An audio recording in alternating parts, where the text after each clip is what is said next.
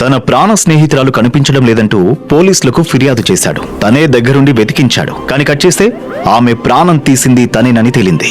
అమెరికాలో జరిగిన నిఖితా హత్య కేసులో విస్తుపోయే నిజాలు ఇప్పుడు బయటపడ్డాయి. ఒకవైపు ఇంటర్పోల్ వేట, మరోవైపు తప్పించుకోవడానికి హంతకుడు వేసిన మాస్టర్ ప్లాన్. అసలేం జరిగింది? ఆ 24 గంటల్లో ఏం మార్పులు వచ్చాయి? ఒకటి, హత్య వెనుక అసలు కారణం. నిఖిత మరియు నిందితుడు అర్జున్ శర్మ మాజీ ప్రేమికులని మొదట ప్రచారం జరిగినప్పటికీ నిఖిత తండ్రి అది నిజం కాదని స్పష్టం చేశారు. వారు కేవలం ఒకప్పుడు కలిసి ఉన్న రూమ్మేట్స్ మాత్రమే. 2, ఆర్థిక గొడవలే కారణమా? నిఖిత దగ్గర అర్జున్ దాదాపు $4,500 అంటే $3,70,000 అప్పుగా తీసుకున్నాడు. డిసెంబర్ 31న ఆ డబ్బులు తిరిగి అడగడానికి అతని ఇంటికి వెళ్లినప్పుడే ఈ దారుణం జరిగింది.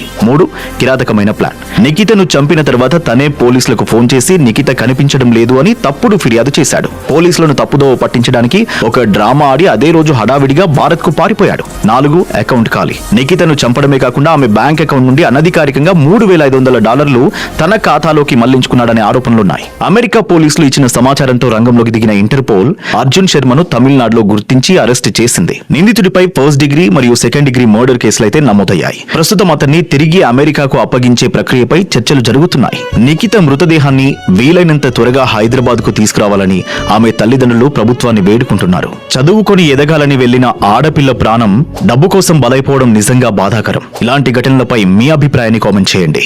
ఏ విషయాన్నైనా అందరికంటే ముందే తెలుసుకోవాలంటే డౌన్లోడ్ వే2న్యూస్ యాప్.